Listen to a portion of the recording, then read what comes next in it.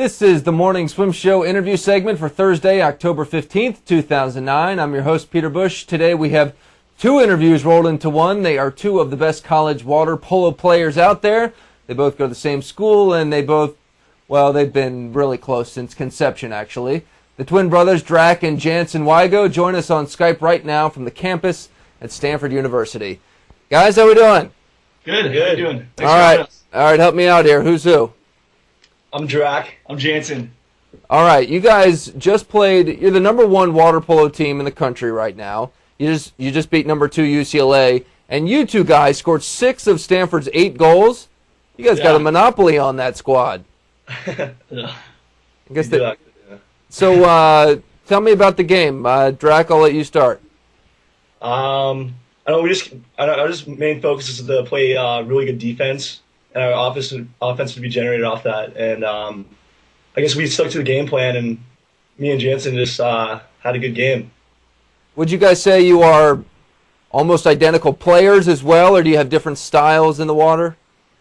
Actually, we're kind of different. So I'm right-handed, he's left-handed, so we're on different sides of the pool. So Janson's mostly the guy who does all the passing. He's kind of the quarterback of the team, and I kind of just blend in with the other right-handers. He's the only lefty on our team, so. What do you say, Janson? Yeah, I mean, he kind of nailed it right there. Being a left-hander, you pretty much play your own role. It's not similar. It's not the same as the other positions. So I kind of have my own roles to play. But we both went out strong against UCLA, and I mean 6 goals, and it was a 8 goal game. So 2 other goals were scored by other players. So we played pretty well, I guess. Is it true what they say that because you guys just know each other instinctually so well that there are some maybe plays that you guys can make that other people couldn't because you just know where the other guy's going to be? Or yeah, I mean, with any sport, playing a while like the same person, you kind of learn their tendencies and they learn yours. So I mean, we for Drac, I know everything he's going to do, and it kind of just folds into play. I don't know. People always wonder if we have some ESP going on, but it just kind of comes with the trick of playing with someone for so long. So you guys are the number 1 team, but you've never won a national championship there at Stanford. Obviously, that's the goal this year. I don't know. Is there anything different that makes you think this team can do it? Well, for starters, we have the best goalie in the nation, Jimmy Sandman. It's really hard to get goals on him, so that's definitely helpful. And our 2 men this year have been very productive and set. They've been getting a lot of goals. Last year was kind of the opposite. Our 2 men were kind of struggling throughout the year, but this year we've been coming out strong. And I guess just team unity altogether. Everyone's been playing well, kind of clicking, and we came out strong this year. We went 11-0 to start. We lost our first game on Sunday, but 11-0 is the best record I've been a part of, so it's been pretty good. And what do you guys study? I'm studying science, technology, and society. It's kind of this new interdisciplinary major at Stanford, but I'm focusing on business management and environmental sciences within it, so it's pretty cool. Yeah, I'm a psych major, not as cool, but yeah.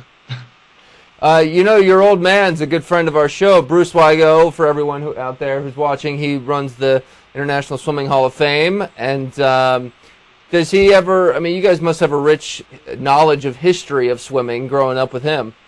Yeah, he talks about it a lot, and whenever there's a new exhibit at the Hall of Fame, we always go check it out. It's pretty neat, so get a lot of knowledge that way. Yeah. Did you guys ever just swim, or have you always wanted to play water polo? I think we actually started swimming competitively first before water polo. We were about 6 years old. We were on this actually in Fort Lauderdale. We were on the club swim team where my dad works at the International Swimming Hall of Fame, and we slowly got brought into water polo and never turned back. I mean, swimming, you definitely need swimming to play water polo, but I look at it as we're more water polo players. So. Very cool. What's the next big match for you guys?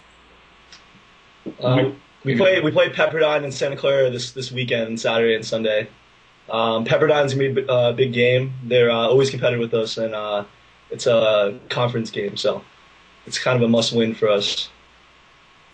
Well, guys, best of luck. It's great having you on the show, and like I said, good luck the rest of the season. Thank you. Thanks for having us. Yeah. All right, that's Drac and Janson Wigo joining us from Stanford University.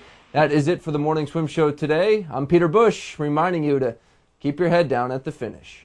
The October issue of Swimming World magazine looks back at the memorable moments from the U.S. Open and Junior National Championships. On the cover is Missy Franklin, who was the star at juniors, swimming times that would have put her on the World Championship team.